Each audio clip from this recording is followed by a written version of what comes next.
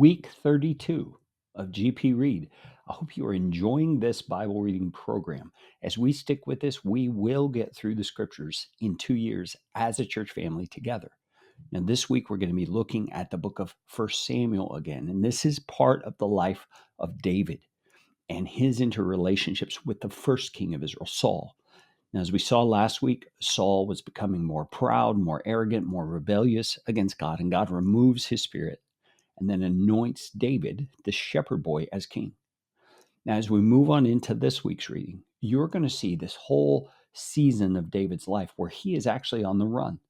Saul has become so jealous. He's chasing down David every opportunity he can get. It's like he's a man possessed with this envy and this jealousy of David.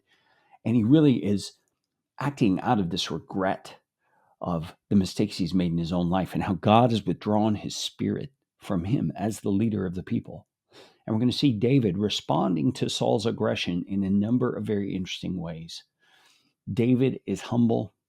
He respects that God once anointed Saul, and he does not want to come against Saul of his own strength and in his own attitude. And so David has this amazingly humble heart.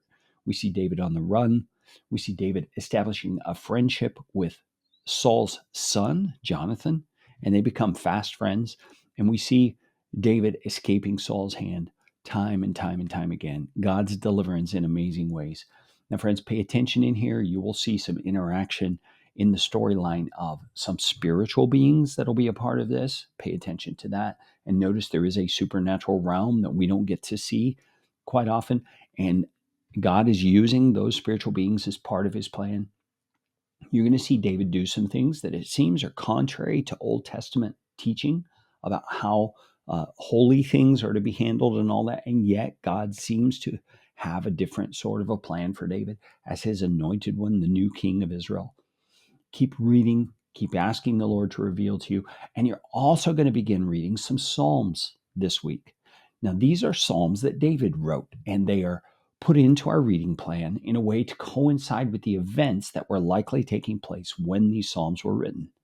So read those Psalms along with 1 Samuel, and you're going to get a more complete view. You're going to hear some of David's heart as he's expressing his heart to God in these trying times.